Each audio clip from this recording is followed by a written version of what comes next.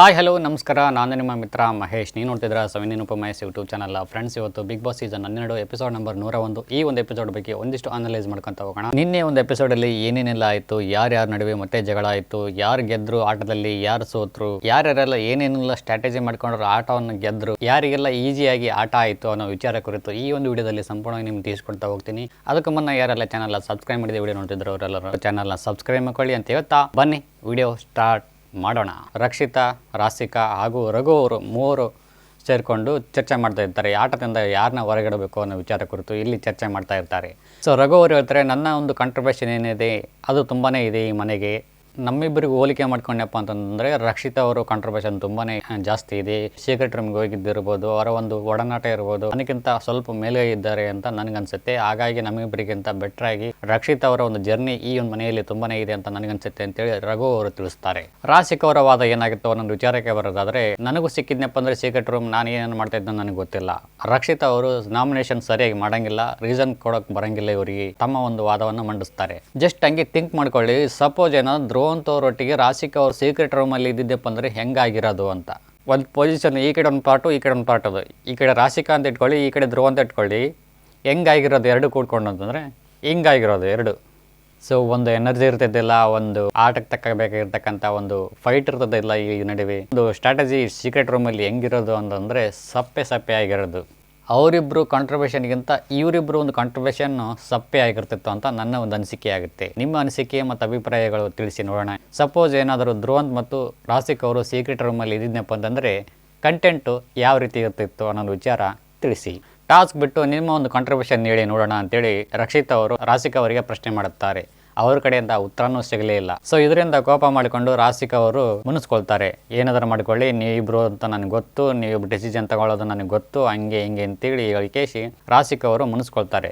ಬೇಸತ್ತು ರಘು ಅವರು ಏನು ಮಾಡ್ತಾರೆ, ನೀವಿಬ್ರು ಹೋಗ್ರಿ ಅಂತ ಹೇಳಿಕೇಶಿ ಈ ಒಂದು ಆಟದಿಂದ ಹೊರಗಡೆ ಹೋಗ್ತೀನಿ ಅಂತೇಳಿ ಸ್ವಂತ ನಿರ್ಧಾರ ತಗೊಳ್ತಾರೆ ರಘು ಅವರು. ಈ ವಿಚಾರನ ತಿಳ್ಕೊಂಡು ರಕ್ಷಿತಾ ಅವ್ರು ಏನು ಮಾಡ್ತಾರೆ, ಸೊ ನಾವೇನಾದರೂ ಜಿದ್ದಿಗೆ ಬಿದ್ನಪ್ಪ ಅಂದ್ರೆ ರಘು ಅವರು ಔಟ್ ಆಗ್ತಾರೆ ಅಂತ ತಿಳ್ಕೊಂಡು ತಾನೇ ಈ ಒಂದು ಆಟದಿಂದ ಹೊರಗುಳಿಯುತ್ತಾರೆ. ಇವರಿಬ್ಬರಿಗಿಂತ ನಾನೇ ವೀಕು ಅಂತೇಳಿ ಒಲ್ಲದ ಮನಸ್ಸಿನಿಂದ ಬಿಟ್ಕೊಡ್ತಾರೆ. ಸಪೋಸ್ ಏನಾದರೂ ರಘು ಅವ್ರ ಜಾಗದಲ್ಲಿ ಬೇರೆ ಯಾರಾದರೂ ಇದ್ದಿದ್ನಪ್ಪ ಅಂತಂದ್ರೆ ಜಪ್ಪಯ್ಯ ಅಂತಂದ್ರು ರಕ್ಷಿತಾ ಬಿಟ್ಕೊಡ್ತಾ ಇರ್ಲಿಲ್ಲ. ರಕ್ಷಿತಾಗೆ ಗೊತ್ತಿತ್ತು ರಾಶಿಕ್ ಯಾವುದೇ ಕಾರಣಕ್ಕೂ ಬಿಟ್ಕೊಡಂಗಿಲ್ಲ. ಯಾಕಂದಪ್ಪ ಅಂತಂದ್ರೆ ರಕ್ಷಿತಾ ಅವ್ರು ಮಾಡಿರ್ತಕ್ಕಂಥ ಎರಡು ನೆನಪುಗಳು ಇವ್ರ ಮನಸ್ಸಲ್ಲಿ ಇದ್ದುವು. ಸೊ ಹೇಗಾದ್ರೂ ಮಾಡಿ ಸೇಡ್ ತಿರ್ಸ್ಕೋಬೇಕು ಅಂತ ಜಿದ್ದಿಗೆ ಬಿದ್ದಿದ್ಲು ರಾಶಿಕ್ ಅವರು. ಸೊ ಇದನ್ನ ಅರಿತುಕೊಂಡು ರಕ್ಷಿತಾ ಅವ್ರು ಏನ್ ಮಾಡ್ತಾರೆ, ಸಪೋಸ್ ನಾ ಏನಾದರೂ ಜಿದ್ದಿಗೆ ಬಿದ್ನಪ್ಪ ಅಂತಂದ್ರೆ ಅನಿರೀಕ್ಷಿತವಾಗಿ ಕಳ್ಕೊಳ್ಬೇಕಾಗತ್ತೆ ಈ ಒಂದು ಅವಕಾಶವನ್ನು ಅಂತ ತಿಳ್ಕೊಂಡು ರಕ್ಷಿತಾ ಅವರು ಒಲ್ಲದ ಮನಸ್ಸಿನಿಂದ ರಘು ಅವರಿಗೆ ಬಿಟ್ಟುಕೊಟ್ಟಿದ್ದಂತೂ ಸತ್ಯ. ಈ ಒಂದು ಡಿಸಿಷನ್ಗೆ ರಘು ಅವರು ತುಂಬಾನೇ ಫೀಲ್ ಮಾಡಿಕೊಂಡು ಬೇಜಾರು ಮಾಡ್ಕೊಳ್ತಾರೆ ರಕ್ಷಿತಾ ಅವರ ವಿಚಾರದಲ್ಲಿ. ನಂತರ ಬರ್ತಕ್ಕಂಥದ್ದೇ ಧ್ರುವಂತ್ ಜೊತೆಗೆ ಕ್ಯಾಮ್ರಾ. ಧ್ರುವಂತ್ ಅವರ ಮಾತುಗಳು ಕ್ಯಾಮ್ರಾದ ಜೊತೆಗೆ. ಧ್ರುವಂತ್ ಅವರು ತಮ್ಮ ಒಂದು ಮನದಾಳದ ಮಾತುಗಳನ್ನು ಹೇಳ್ತಾ ಇರ್ತಾರೆ ಅಶ್ವಿನಿ ಅವರ ಕುರಿತು. ನಾನು ಅಶ್ವಿನಿ ಅವರಿಗೆ ರಕ್ಷಿತಾ ಬಗ್ಗೆ ಎಷ್ಟೇ ಹೇಳಿದ್ರು ಅಶ್ವಿನಿ ಅವರು ಹೋಗಿ ರಕ್ಷಿತಾ ಅವ್ರನ್ನ ಮಾತಾಡ್ತಾರೆ, ಕಂದ ಹಂಗೆ ಹಿಂಗೆ ಅಂದ್ಕೊಂಡು. ಇದು ನನಗೆ ಯಾಕೋ ಸರಿ ಕಾಣಿಸ್ತಾ ಇಲ್ಲ. ಅಶ್ವಿನಿ ಅವರಿಗೆ ನನ್ನ ಬಿಟ್ಟರೆ ಬೇರೆ ಯಾರೂ ಈ ಮನೆಯಲ್ಲಿ ಯಾರೂ ಇಲ್ಲ, ಆದ್ರೂ ರಕ್ಷಿತಾ ಅವರೊಟ್ಟಿಗೆ ಹೋಗಿ ಮಾತಾಡ್ತಾರೆ. ಸೊ ಈ ರೀತಿ ತಮ್ಮ ಒಂದು ಮನದಾಳದ ಮಾತುಗಳನ್ನು ಕ್ಯಾಮ್ರಾದ ಜೊತೆಗೆ ಅಶ್ವಿನಿ ಅವರ ಕುರಿತು ಒಂದಿಷ್ಟು ಭಾವನೆಗಳನ್ನು ವ್ಯಕ್ತಪಡಿಸುತ್ತಾರೆ ಧ್ರುವಂತ್ ಅವರು. ಅಲ್ಲ ಗುರು, ಈ ಧ್ರುವಂತ್ನ ಆಡಿಯನ್ಸ್ ಹೇಗೆ ಜಡ್ಜ್ ಮಾಡಬೇಕು ಅನ್ನೋದು ಸಹಿತ ಗೊತ್ತಾಗ್ತಾ ಇಲ್ಲ. ಇನ್ನೇನು ಇವ್ರ ಆಟ ನೋಡಿ, ಇವರೊಂದು ವ್ಯಕ್ತಿತ್ವ ನೋಡಿ, ಧ್ರುವಂತ್ ತುಂಬಾ ಒಳ್ಳೆಯವನಪ್ಪ ಅಂತೇಳಿ ಒಬ್ಬ ಆಡಿಯನ್ ಧ್ರುವಂತ್ಗೆ ಓಟ್ ಹಾಕೋಣ ಅಂತ ಕೇಳಿ ಮೊಬೈಲ್ ತಗೊಂಡು ಓಟ್ ಹಾಕ್ತಾ ಇರ್ತಾನೆ. ಇನ್ನೇನು ಓಟ್ ಹಾಕ್ಬೇಕು ಅನ್ನೋದೊಳಗೆ ಧ್ರುವಂತ್ ಸಡನ್ಲಿ ಚೇಂಜ್ ಆಗಿಬಿಡ್ತಾನೆ. ಓಟ್ ಹಾಕೋನಿಗಂತೂ ತಲೆ ಕೆಟ್ಟೋಗ್ಬಿಡುತ್ತೆ. ಅಯ್ಯೋ ನಿನ್ ಮುಖಕ್ಕಿಷ್ಟು ಅಂತೇಳಿ ಕೋಪಗೊಂಡು ಆ ವ್ಯಕ್ತಿ ಧ್ರುವಂತಿಗೆ ಓಟ್ ಹಾಕೋ ಬದಲು ಇನ್ಯಾರಿಗೋ ಓಟ್ ಹಾಕಿಬಿಟ್ಟಿರ್ತಾನೆ. ಈ ಒಂದು ಗೊಂದಲದಲ್ಲಿ ನಾನು ಯಾರಿಗೆ ಓಟ್ ಹಾಕಿದೆ ಅನ್ನೋದು ಸಹ ಆ ಒಂದು ಆಡಿಯನ್ಸಿಗೆ ಗೊತ್ತಾಗಿರೋದಿಲ್ಲ. ಆ ಲೆವೆಲ್ಗೆ ಆಡಿಯನ್ಸ್ ಕನ್ಫ್ಯೂಷನ್ ಆಗಿಬಿಟ್ಟಿದ್ದಾರೆ. ನಾನು ಯಾರಿಗೆ ಓಟ್ ಹಾಕಿದೆ ಅನ್ನೋದು ಅವನಿಗೂ ಸಹ ಮರೆತೋಗ್ಬಿಟ್ಟಿರುತ್ತೆ. ಆ ಲೆವೆಲ್ಗೆ ಸೈಕ್ ಮಾಡ್ತಾ ಇದ್ದಾನೆ ಧ್ರುವಂತ್ ಆಡಿಯನ್ಸ್ಗೆ. ಈ ನನ್ನ ಮಗ ನಮ್ಮನ್ನೇ ಏನಾದ್ರು ಮೆಂಟಲ್ ಮಾಡಕ್ ನೋಡ್ತಾವನಾ. ಸೊ ಇದಾದ ನಂತರ ಮೀಟರ್ ಬೇಕು ಮೀಟರ್ ಅಂತೇಳಿ ಒಂದು ಗೇಮ್ ಆರಂಭವಾಗುತ್ತೆ. ಬಿಗ್ ಬಾಸ್ನವ್ರು ಕೊಡ್ತಾರೆ. ಇಲ್ಲಿ ಧ್ರುವಂತು, ಅಶ್ವಿನಿ ಗೌಡ ಹಾಗೂ ಕಾವ್ಯ ಅವರು ಆಡಬೇಕಾಗುತ್ತೆ ಈ ಒಂದು ಗೇಮಲ್ಲಿ. ಉಳಿದಿರ್ತಕ್ಕಂಥ ಮನೆಯ ಸದಸ್ಯರೆಲ್ಲ ಸೇರಿಕೊಂಡು ನಿಮಗೆ ಇಷ್ಟವಾಗಿರ್ತಕ್ಕಂಥವ್ರನ್ನ ಸ್ಪರ್ಧಿಗಳನ್ನು ನೀವು ಸೇವ್ ಮಾಡ್ಬೋದು, ಅಂತಂದರೆ ಮುಂದಿನ ಹಂತಕ್ಕೆ ಕಳಿಸ್ಬೋದು. ನಿಮ್ಗೆ ಯಾರು ಇಷ್ಟ ಇಲ್ಲವೋ ಅವರಿಗೆ ನೀವು ಮಣ್ಣನ್ನು ಹಾಕಿ ಅವರ ಭಾರವನ್ನು ಹೆಚ್ಚಿಸಬೇಕಾಗುತ್ತೆ, ಅವರು ಈ ಒಂದು ಆಟದಿಂದ ಹೊರಗಡೆ ಉಳಿಯಲು. ಸೊ ಈ ಒಂದು ನಿಟ್ಟಿನಲ್ಲಿ ಸ್ಪರ್ಧಿಗಳೆಲ್ಲರೂ ನೀವು ಮನವೊಲಿಸಬೇಕಾಗುತ್ತೆ ಮನೆಯ ಸದಸ್ಯರನ್ನೆಲ್ಲರನ್ನು ಅಂತ ಕೇಳ್ತಾರೆ. ಸೊ ಈ ಒಂದು ನಿಟ್ಟಿನಲ್ಲಿ ಕಾವ್ಯ ಅವರು, ಧ್ರುವಂತ್ ಅವರು ಮತ್ತು ಅಶ್ವಿನಿ ಗೌಡ ಅವರು ಸಾಷ್ಟಾಂಗ ನಮಸ್ಕಾರ ಹಾಕಿ ಸ್ಪರ್ಧಿಗಳಿಗೆ, ಮನೆ ಸದಸ್ಯರೆಲ್ಲರಿಗೂ ನನಗೆ ಮಾತ್ರ ಮಣ್ಣು ಹಾಕ್ಬೇಡ್ರಮ್ಮ ದಯವಿಟ್ಟು ಅಂತೇಳಿ ಕೇಳಿಕೊಳ್ಳೋ ರೀತಿ ಮಾಡಿದರು ಬಿಗ್ ಬಾಸ್ನವರು. ಈ ಒಂದು ಆಟದ ನಿಯಮಗಳೇ ನನಗೆ ಇಷ್ಟ ಆಗಲಿಲ್ಲ ಗುರು. ಅದು ಇಂಥ ಒಂದು ಸಮಯದಲ್ಲಿ ಕೆಲವರು ಕಷ್ಟಪಡದೇ ಈಸಿಯಾಗಿ ಟಿಕೆಟ್ನ ಪಡ್ಕೊಂಡ್ಬಿಡ್ತಾರೆ. ಇನ್ನು ಕೆಲವೊಬ್ಬರಿಗೆ ಕಷ್ಟಪಟ್ಟರೂ ಟಿಕೆಟ್ ಸಿಗೋದಿಲ್ಲ. ಗ್ರೂಪಿಸಮ್ ಎಂಬ ಅಭಿಪ್ರಾಯಗಳಿಂದ ಡಿಸರ್ವ್ ಇರತಕ್ಕಂಥ ವ್ಯಕ್ತಿಗಳು ಹಿಂದೆ ಉಳ್ಕೊಳ್ತಾರೆ. ಮನೆಯ ಎಲ್ಲ ಸದಸ್ಯರು ಸೇರಿಕೊಂಡು ಕಾವ್ಯ ಅವರನ್ನು ಬಿಟ್ಟು ಉಳಿದ ಎಲ್ಲ ಸ್ಪರ್ಧಿಗಳಿಗೆ ಮಣ್ಣಿನ ಭಾರ ಹಾಕಿ ಅವರು ಆಟದಿಂದ ಹೊರಗೆ ಹೋಗುವಂತೆ ಮಾಡುತ್ತಾರೆ. ಸೊ ಫೈನಲಿಯಾಗಿ ಈ ಒಂದು ಗೇಮಲ್ಲಿ ಕಾವ್ಯ ಅವರು ಗೆಲ್ಲುತ್ತಾರೆ. ಅಂತೂ ಇಂತೂ ಒಂದು ದಂಡಪಿಂಡ ಫಿನಾಲಿಗೆ ಹೋಗೋಕ್ಕೆ ತಯಾರಾಗಿದ್ದು. 6 ಕೊಟ್ಟರೆ ಆ ಕಡೆ, 3 ಕೊಟ್ಟರೆ ಗಿಲ್ಲಿ ಕಡೆ, ಫ್ರೀ ಕೊಟ್ಟರೆ ಬಿಗ್ ಬಾಸ್ ಕಡೆ ಅನ್ನೋ ಆಗಿತ್ತು ಈ ಒಂದು ಗೇಮು. ಮಜಾ ಏನು ಗೊತ್ತಾ, ಅಶ್ವಿನಿನ ಮತ್ತು ಧ್ರುವಂತವ್ರನ್ನ ಸೋಲಿಸೋಕೆ ಇರೋ ಸದಸ್ಯರೆಲ್ಲರೂ ಸೇರಿಕೊಂಡು ಕೆಸರಲ್ಲಿ ಬಿದ್ದು ಒದ್ಲಾಡಿದರು. ನಂತರ ಇನ್ನೊಂದು ಗೇಮ್ ಆರಂಭ ಆಗುತ್ತೆ, ತಾಕತ್ತಿದ್ರೆ ತಡೆದಕ್ಕೋ ಅಂತೇಳಿ. ಏಕಾಗ್ರತೆಯನ್ನ ಹಾಳು ಮಾಡಬೇಕು ಅನ್ನೋ ಈ ಒಂದು ಗೇಮಲ್ಲಿ ಅಶ್ವಿನಿ ಗೌಡ ಅವರು ಮತ್ತು ಧ್ರುವಂತ್ ಅವರು ಆಡ್ತಾರೆ ಒಂದು ತಂಡವಾಗಿ. ಹಾಗೆಯೇ ರಾಸಿಕ್ ಅವರು ಮತ್ತು ರಘು ಅವರು ಇನ್ನೊಂದು ತಂಡವಾಗಿ ಇವರಿಬ್ಬರು ಆಡಬೇಕಾಗತ್ತೆ.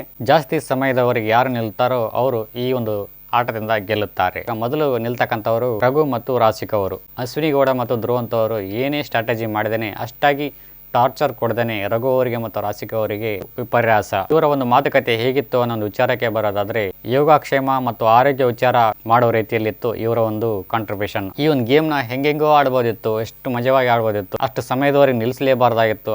ಏನೇನೆಲ್ಲ ಸ್ಟ್ರಾಟಜಿಗಳನ್ನು ಉಪಯೋಗಿಸಿಕೊಂಡು ಅವ್ರನ್ನ ನಿಲ್ಲದೆ ಇರೋ ಹಾಗೆ ಮಾಡ್ಬೋದಿತ್ತು ಇವರು ಅಶ್ವಿನಿ ಗೌಡ ಅವರು ಮತ್ತು ಧ್ರುವಂತ್ ಅವರು. ಸುಮ್ಮನೆ ಒಂದು ಕಡೆ ಕುಂತ್ಕೊಂಡ್ಬಿಟ್ಟಿದ್ರು. ಏನೇನೋ ನೀರಲ್ಲಿ ಮಿಕ್ಸ್ ಮಾಡಿ ಅವ್ರ ಮುಂದೆನೇ ಮಿಕ್ಸ್ ಮಾಡಿಕೊಂಡು ಅವ್ರಿಗೆ ಸುಳ್ಳು ಹೇಳಿ ಹಂಗೆ ಆಗುತ್ತೆ ಹಿಂಗೆ ಆಗುತ್ತೆ ಅಂತೇಳಿ ಬೆದರಿಕೆ ಮಾಡ್ಬೋದಿತ್ತು. ಕೈ ಹತ್ರ ಏನಾದರೂ ಮಂಜುಗಡ್ಡೆ ಅಥವಾ ಐಸ್ ಒಂದು ಇಡ್ಬೋದಿತ್ತು. ಒಂದು ತಣ್ಣಗಾಗೋ ರೀತಿಯಲ್ಲಿ ಅವ್ರನ್ನ ಕೈ ಬಿಡುವ ರೀತಿ ಮಾಡ್ಬೋದಿತ್ತು. ಈ ಒಂದು ಸ್ಟ್ರಾಟಜಿನ ಯಾರು ಉಪಯೋಗಿಸಲಿಲ್ಲ. ಅದೇನೋ ಕಚ್ಕೊಳ್ಳಿ ಅಂತ ಒಳ್ಳೆ ಸ್ಟ್ರಾಟಜಿನೇ, ಕಚ್ಕೊಳ್ಳಿ ಇಡ್ಬೋದಿತ್ತು. ಬಟ್ ಹೆಂಗೆ ರಿಯಾಕ್ಟ್ ಮಾಡ್ತಾರೆ ಅನ್ನೋದು ತುಂಬ ಮ್ಯಾಟ್ರ್ ಆಗುತ್ತೆ. ವಸ್ತುಗಳನ್ನು ಉಪಯೋಗಿಸಿಕೊಂಡು ಏನು ಬೇಕಾದ್ರೂ ಮಾಡುವ ಅನ್ನೋದಿತ್ತು. ಸೊ ಈ ಒಂದು ನಿಟ್ಟಿನಲ್ಲಿ 2 ತಂಡಗಳು ಎಡವಿದ್ರು ಅಂತ ಹೇಳ್ಬೋದು. ಏನೇನೋ ಸೋಪ್ ಹಾಕಿದ್ರು ಅವೆಲ್ಲ ಲೆಕ್ಕಕ್ಕೊಂಟ ಅವರಿಗೆ. ರಾಸಿಕ್ ಅವರು ತುಂಬ ಬೇಗನೆ ಬಿಟ್ಬಿಡ್ತಾರೆ. ಸೊ ಇಷ್ಟು ಬೇಗ ಬಿಡ್ತಾರೆ ಅಂತಂದರೆ ರಕ್ಷಿತ್ ಅವ್ರನ್ನ ಯಾಕೆ ನೀವು ದೂರ ಇಡಬೇಕಾಗಿತ್ತು ಅಂತ ನನ್ನ ಒಂದು ಅನಿಸಿಕೆ ಆಗುತ್ತೆ. ಸಪೋಸ್ ಏನಾದರೂ ಈ ರಾಸಿಕ್ ಅವರ ಜಾಗದಲ್ಲಿ ರಕ್ಷಿತ್ ಅವರು ಇದ್ನೇಪ್ಪ ಅಂತಂದರೆ ಜಪ್ಪಯ್ಯ ಅಂತಂದ್ರೂ ಅವ್ರು ಬಿಟ್ಕೊಡ್ತಾ ಇರೋದಿಲ್ಲ ಈ ಒಂದು ಆಟವನ್ನು. ಇಷ್ಟು ಈಸಿಯಾಗಿ ಬಿಟ್ಕೊಟ್ರಲ್ಲ ರಾಸಿಕ್ ಅವರು ಅಂತ ಅನಿಸ್ತು ನನಗೆ. ಒಂದು ಲೆವೆಲ್ಗೆ ಫೈಟ್ ಕೊಟ್ಟರು ರಘು ಅವರು ಅಂತ ಹೇಳ್ಬೋದು. ಇದಾದ ನಂತರ ಧ್ರುವಂತ್ ಅವರು ಮತ್ತು ಅಶ್ವಿನಿ ಗೌಡ ಅವ್ರು ನಿಲ್ತಾರೆ. ಕೊನೆಯವರೆಗೂ ಅವ್ರು ನಿಲ್ತಾರೆ. ಇವ್ರು ನಿಂತ್ಕೊಂಡಾಗ ರಾಸಿಕ್ ಅವರು ಮತ್ತು ಧ್ರುವಂತ್ ಅವರು ತುಂಬಾ ಪರ್ಸ್ನಲ್ ಆಗಿ ಅವರ ಒಂದು ವಿಚಾರಗಳನ್ನು ತಿಳಿಸ್ತಾರೆ. ಹಂಗಂದ್ರೆ ಹಿಂಗಂದ್ರೆ ಹಂಗೆ ಮಾಡಿದ್ರಿ ಹಿಂಗೆ ಮಾಡಿದ್ರಿ ಅಂತೇಳಿ ಒಂದಿಷ್ಟು ವಿಚಾರಗಳನ್ನು ತಿಳಿಸ್ತಾರೆ. ಅಶ್ವಿನಿ ಅವರಿಗೆ ಏನೇನು ಹೇಳ್ಬೇಕಾಗುತ್ತೆ ಅವೆಲ್ಲವೂ ಹೇಳಿದರು. ಧ್ರುವಂತ್ ಅವ್ರಿಗೆ ಏನೇನು ಹೇಳ್ಬೇಕಾಗಿತ್ತು ಅವರೆಲ್ಲವೇನು ಹೇಳಿದರು. ಇಬ್ಬರು ಸೇರಿಕೊಂಡು ಇಲ್ಲಿನೂ ಒಂದು ಸ್ಟ್ರಾಟಜಿ ಮಾಡ್ಬೋದಿತ್ತು. ಇವರು ಇಬ್ಬರು ಸೇರ್ಕೊಂಡು ಒಬ್ಬರನ್ನ ಟಾರ್ಗೆಟ್ ಮಾಡಿದ್ನಪ್ಪ ಅಂತಂದರೆ ಹೆಚ್ಚು ಫೋರ್ಸ್ ಆಗ್ತಾಯಿತ್ತು, ಬಿಡುವ ಸಾಧ್ಯತೆ ಜಾಸ್ತಿ ಇರ್ತಾಯಿತ್ತು. ಹೀಗಾಗಿ ಇವ್ರು ಸೋತ್ರು ಅಂತ ನನಗನ್ಸುತ್ತೆ. ಈ ಒಂದು ಗೇಮ್ನ ಅಶ್ವಿನಿ ಗೌಡ ಅವರು ಮತ್ತು ಧ್ರುವಂತ್ ಅವರು ಗೆಲ್ತಾರೆ. ಈ ಒಂದು ಗೇಮಲ್ಲಿ ಧ್ರುವಂತ್ ಅವರು ಒಂದು ಒಳ್ಳೆ ಸ್ಟ್ರಾಟಜಿ ಮಾಡಿದ್ರು ಅಂತ ಹೇಳ್ಬೋದು. ಅವ್ರ ಮೈಯೊಳಗೆ ಪ್ಲಾಸ್ಟಿಕ್ ಒಂದು ಕವರ್ನ ಹಾಕೊಂಡ್ಬಿಟ್ಟಿರ್ತಾರೆ. ಇದು ಗ್ರೇ ಏರಿಯಾ ಆಗುತ್ತಾ ಅಥವಾ ಮೋಸ ಆಗುತ್ತಾ ಅನ್ನೋದನ್ನ ನೀವೇ ಕಮೆಂಟ್ ಮುಖಾಂತರ ಕಮೆಂಟ್ ಮಾಡಿ ತಿಳಿಸಿ. ಇವರಿಬ್ಬರ ನಡುವೆ ನಾಳೆ ಜಿದ್ದಿ ನಡೆಯುತ್ತೆ. ಸೊ ಹಾಗೆಯೇ ಇವರು ಸೋತ ತಂಡದವರ ವತಿಯಿಂದ ಒಬ್ಬರು ಹೊರಗಡೆ ಹೋಗ್ಬೇಕಲ್ಲ, ಯಾರು ಹೋಗ್ತಾರೆ ಅನ್ನೋದು ಇನ್ನೂ ಪೆಂಡಿಂಗಲ್ಲಿದೆ. ಸೊ ಮಾಹಿತಿಗಳ ಪ್ರಕಾರ ರಾಸಿಕ್ ಅವರು ಈ ಒಂದು ತಂಡದಿಂದ ಈ ಒಂದು ಆಟದಿಂದ ಹೊರಗಡೆ ಬಂದಿದ್ದಾರೆ ಅಂತೇಳಿ ಮಾಹಿತಿ ಲಭ್ಯವಾಗ್ತಾ ಇದೆ. ಸೊ ನೋಡೋಣ ಕಾದು. ಸೊ ಗೈಸ್, ಇದಾಗಿತ್ತು ವಿಡಿಯೋ ಇಷ್ಟ ಆಗಿದೆ ಲೈಕ್ ಮಾಡಿ, ಕಮೆಂಟ್ ಮಾಡಿ, ಶೇರ್ ಮಾಡಿ ಅಂತ ಹೇಳ್ತಾ thank you for watching. Thank you. Bye.